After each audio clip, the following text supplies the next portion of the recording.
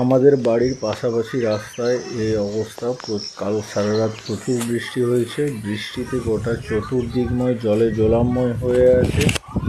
তাও তুলনামূলক জলটা একটু কমেছে।